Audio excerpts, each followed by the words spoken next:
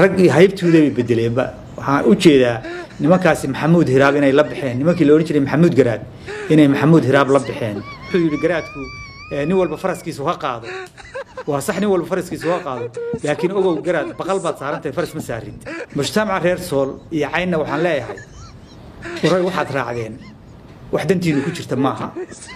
dawladda federaalku iyada dadka Soomaaliyeed diiday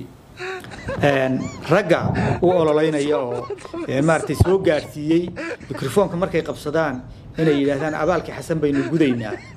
hadda rag haybtooda ay bedeleen ba waxaan u jeedaa nimankaasi Maxamuud Hiraab inay la bixeen nimankii la oran jiray Maxamuud Garaad inay Maxamuud Hiraab la bixeen aaran Hiraab inay la bixeen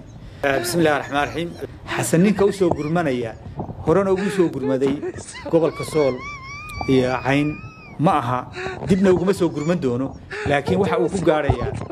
waadanihiisa ninkii la oran jiray Faarax Jeer Allahu naxariistay oo gabiyay wuxuu yiri margiye weyna awrkii maxashoonka jiilaal lagu maalin guulaa maatada xamaala kamar weyn malooliga mushtaruuxinaystee ka macaash waleeya